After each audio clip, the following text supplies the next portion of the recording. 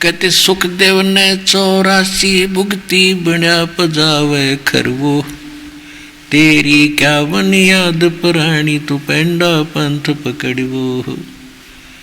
जो साधना आप करते हैं और जिन भगवानों की करते हो, उसकी साधना सुखदेव ऋषि बाल मतलब बचपन से गर्भ में ही उसको भक्ति का ज्ञान हुआ था, और उसके बाद भी उस भक्ति के उस तरफ में वो आकाश में भी उड़ जाता था। पूर्व जन्म के संस्कारों से, उसकी पुण्यों से, भक्ति की शक्ति से बैटरी चार्ज थी। और गुरु उसने कोई बनाया नहीं, और गुरु बनाया तो यही 3 लोक तक का, ब्रह्म तक का, विष्णु तक का। तो वहाँ कहते हैं विष्णु तक की प्राप्ति ही उसने की, और फिर 84 लाख योनियों में गधे की योनि में गया वो। सुखदेव ऋषि ने अपनी आत्मकथा बताई कि एक समय में गधे की योनि भोग रहा था, अंधा हो गया, घना काम लिया, कुमार बेसब्रा था, पानी तक पिया नहीं, दिन रात धंधा करवाया, मैं अंधा हो गया। फिर मुझे लठ मारा, छोड़ दिया, भाग तू। मैं चलता चलता जा रहा था एक पगडंडी पर, जंगल की तरफ। आगे रास्ते में एक थोड़ा सा खाई थी, नाली थी, मेरे को दिखाई नहीं दी, मैं उसमें फंस गया। आगे मुँह टेक गया, पाछे पीठ लागी, पानों लटके, वो टेके नहीं। अब उस इतनी लंबे सफ़र में इतनी दूर जंगल में चला गया, वहाँ कोई इक्का दुक्का व्यक्ति, कोई यात्री आता था दिन भर में मुश्किल से एक, और वो तो उसके ऊपर के कूद के चले जाते थे नाले पे। फिर मैं बन गया उनका पुलिया, मेरे ऊपर पैर टेकर पार हो जा, मेरे को उठाया नहीं। हफ्ते 10 दिन में भुगत के भूखा पैसा मेरे प्राण निकले। अब वो घटना मेरे याद आती है, मेरे सामने घूमती है, मैं डट कर भक्ति करता हूँ। तो यहाँ परमात्मा कहते सुखदेव ने 84 भुगती बना पजावे खरवो, खरमा ने गधा, और तेरी क्या बुनियाद पुरानी तू पेंडा पंथ पकड़े वो। अब सुखदेव तो भक्ति भी करता था, उसके बाद ये हालत होगी, क्योंकि गीता ज्ञानदाता ये ब्रह्म है। और गीता के अंदर ये खुद कहता है, दूसरे अध्याय के 12वें श्लोक में, चौथे अध्याय के 5वें श्लोक में और 9वें श्लोक में, 10वें अध्याय के दूसरे श्लोक में कि अर्जुन तेरे और मेरे बहुत जन्म हो चुके हैं और आगे भी होते ही रहेंगे। तू नहीं जानता, मैं जानता हूँ, और मेरी भक्ति करेगा तो ब्रह्मलोक में जाएगा। ब्रह्मलोक में गए हुए प्राणी पुण्य आते हैं।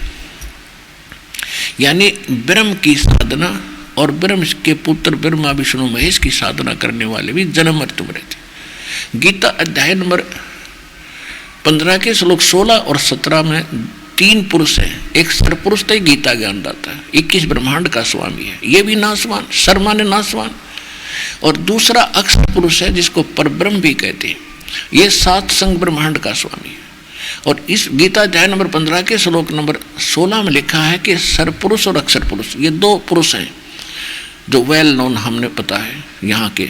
और इनके अंतर्गत जितने प्राणी हैं ये सारे नासवान हैं, ये भी नासवान हैं। लेकिन जीवात्मा तो किसी की भी ना मरती हो, तो गधे की भी नहीं मरती। फिर बताया कि उत्तम पुरुष है तू अन्य है, परमात्मा इति उदाहरते 17वें श्लोक में 15वें अध्याय की गीता में। और ये लोग तेरे में अवश्य विभर्ती अवैश्वर है, वो परमात्मा है जो वास्तव भगवान है, सबका धारण पोषण करने वाला है, और जिसको परमात्मा कहा जाता है वो वास्तव में अविनाशी है। तो कहने का भाव ये है कि उस परमात्मा को छोड़कर हम अन्य साधना करते हैं तो भी हमारा कल्याण नहीं हो सकता, चाहे हम भक्ति भी कर रहे हैं। मन तू सुख के सागर चल रे, मन तू चल रे सुख के सागर, जा शब्द सिंधु रत्नागर। कोटि जन्म तन भरमत हो गए, कुछ ना हाथ लगा रे, और कुकर सुकर खरबा बोरे, कौआ हंस बुगारे। कोटि जन्म तू राजा की ना मिटी न मन की आशा, और भिक्षुक ओ कह दर दर घूमया, मिला ना निर्गुण रासा। इंद्र कुबेर ईश की पदवी, ब्रह्मा वरुण धर्मराया, और विष्णु नाथ के पुर को जाकर तो फिर भी वापस आया। असंग जन्म तन मरता हो गए, जीवित क्यों नाम रह रे, 12 दर मद महल मठ बोरे, बहुर ना दे धरे। दोजक भीष्ट सभी तय देखे, राजपाट के रसिया, और 3 लोक से तरपत नाही, ये मन भोगी खसिया। सतगुर मिले तो इच्छा मिटे, पद्मल पदे समाना, और चल हंसा उस लोक पठाऊं जो आद अमर स्थान। चार मुक्ति जा चंपी करती माया होरी दासी, दास गरीब अभय बद पर से वो मिले राम अविनाशी। क्या बताया है शब्द में? मन तू सुख के सागर, चल रे सुख के सागर। भगवान आकर बताएंगे गरीबदास जी को, और गरीबदास जी ने फिर आगे वाणी लिखी कि भगवान ने मुझे ये बताया। वो आपके लिए संदेश दे रहे हैं कि कोटि जन्म तन भर मत होगे, कुछ ना हाथ लगा रे। कुकर कुत्ता सुकर सुअर खरग था तक बना, और कौआ हंस बगारे। कोटि जन्म तू राजा की ना। आपको दास ने बहुत बार महावीर जैन जी का इतिहास जीवनी दिखाई है।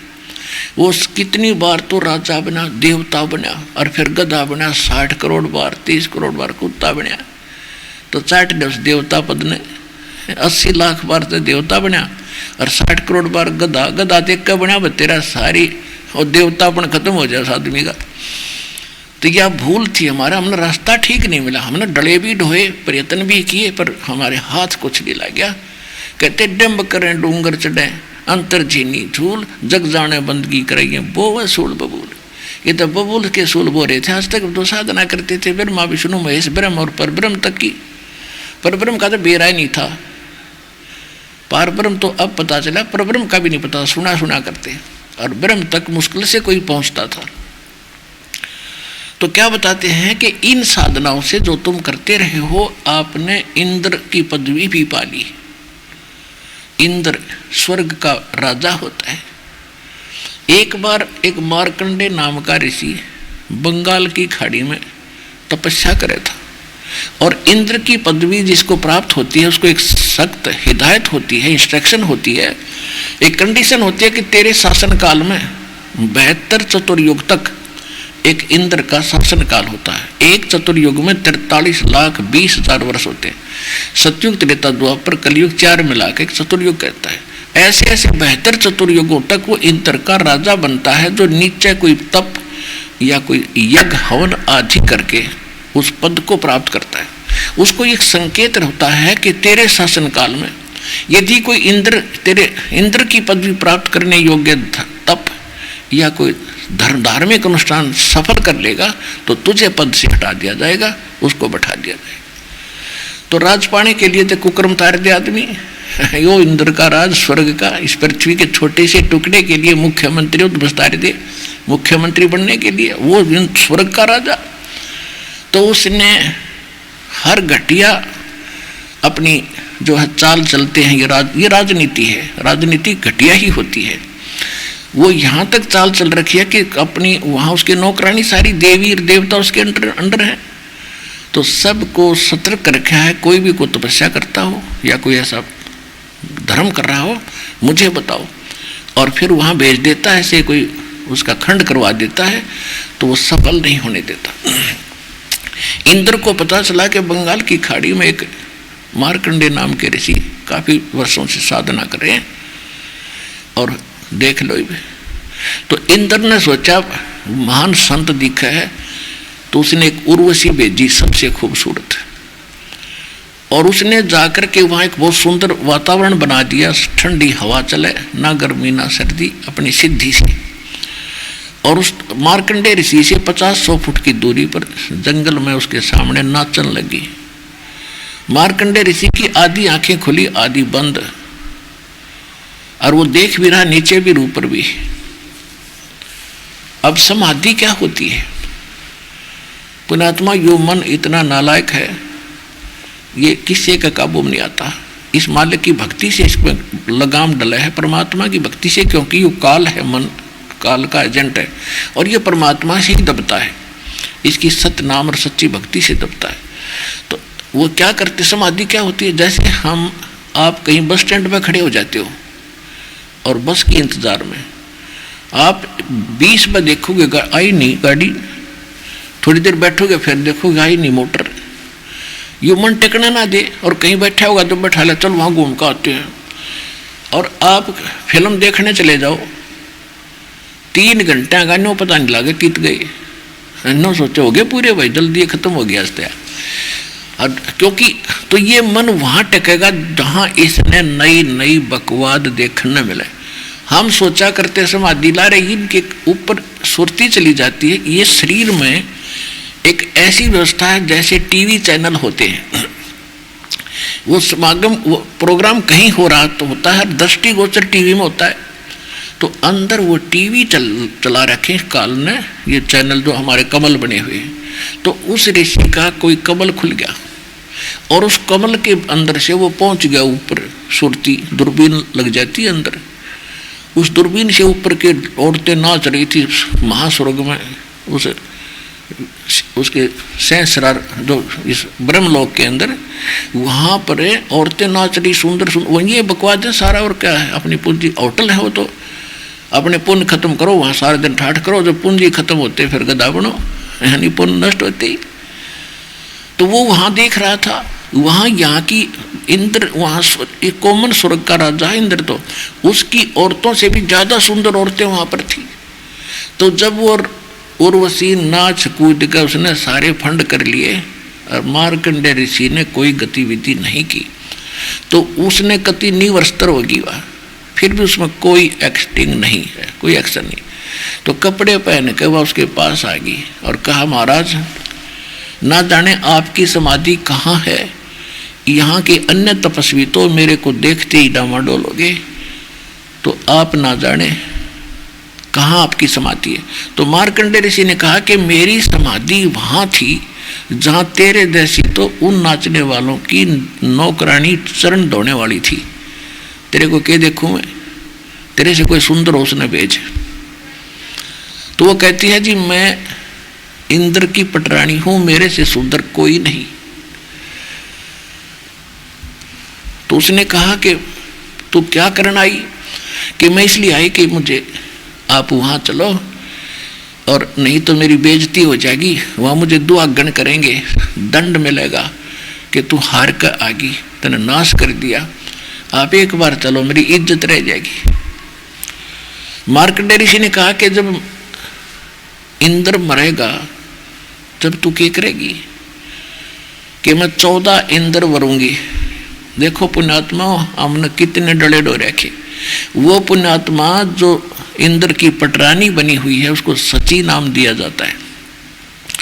उसने कितने जन्मों तक तपस्या और साधना और पुण्य किए हैं। वो क्या कहती है कि मेरी इतनी लंबी उम्र है, एक ब्रह्मा का दिन समाप्त होगा, यानी 14 इंद्र अपना शासन काल पूरा करके मरते रहेंगे, वो तो गधे बनेंगे, और वो लगातार उनकी पत्नी बनकर वहाँ आनंद लेती रहेगी स्वर्ग का और उन इंद्रों का। तो रात वो कह रही है, उसने पूछा, मार्कंडेय ने पूछा कि जब इंद्र मरेगा तू क्या करेगी? कि मैं 14 इंद्र मरूंगी, यानी ये इंद्र मरते रहेंगे, मैं नौकी नहीं रहूंगी। फिर मार्कंडेय ऋषि को तो मालूम था इतना तो कि 14 इंद्र मरेंगे, फिर क्या करेगी? फिर वो बताती है कि जितने इंद्र मैं भोगूंगी वो तो गधे बनेंगे और मैं भी गधी बनूंगी। मार्कंडेय माथे में हाथ मारे।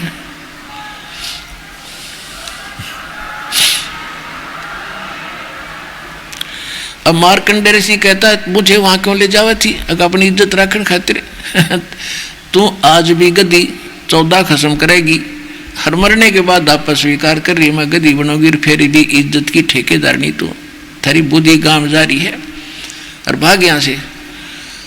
तब इंद्र आ गया, वहां खड़ा हो गया और कहा, महाराज आप जीते, हम हारे, और वो गद्दी ले लो। मार्कंडेय ऋषि बोला, रे इंद्र, तेरी गद्दी मेरे लिए तो काग की बीट है, मैं तो ब्रह्मलोक की साधना कर रहा हूं, ब्रह्म की।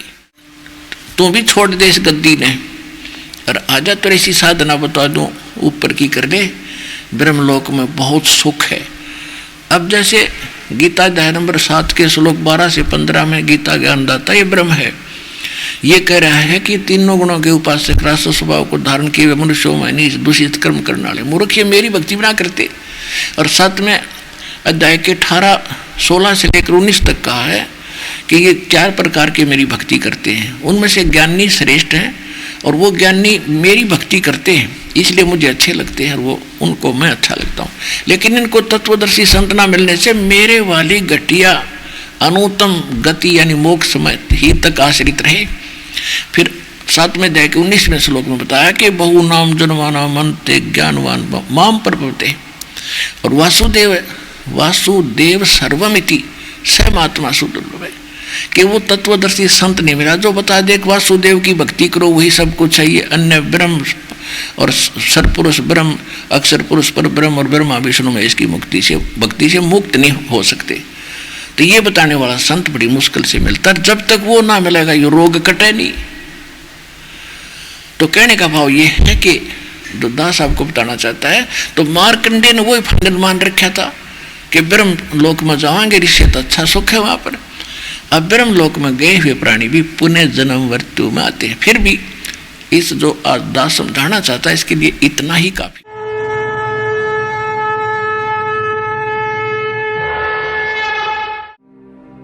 और अधिक जानकारी वसंत रामपाल जी महाराज जी से निःशुल्क नाम दीक्षा प्राप्त करने के लिए संपर्क करें।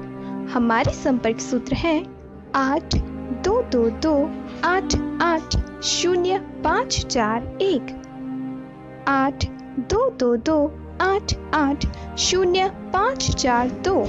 आप नीचे स्क्रीन पर दिए गए हमारे अन्य नंबरों पर भी संपर्क कर सकते हैं। विजिट करें हमारी वेबसाइट पर। हमारी वेबसाइट है www.jagatgururampalji.org। इस वीडियो के बारे में अपनी राय नीचे कमेंट सेक्शन में हमें बताएं और अपने दोस्तों के साथ ये वीडियो शेयर करना ना भूलें।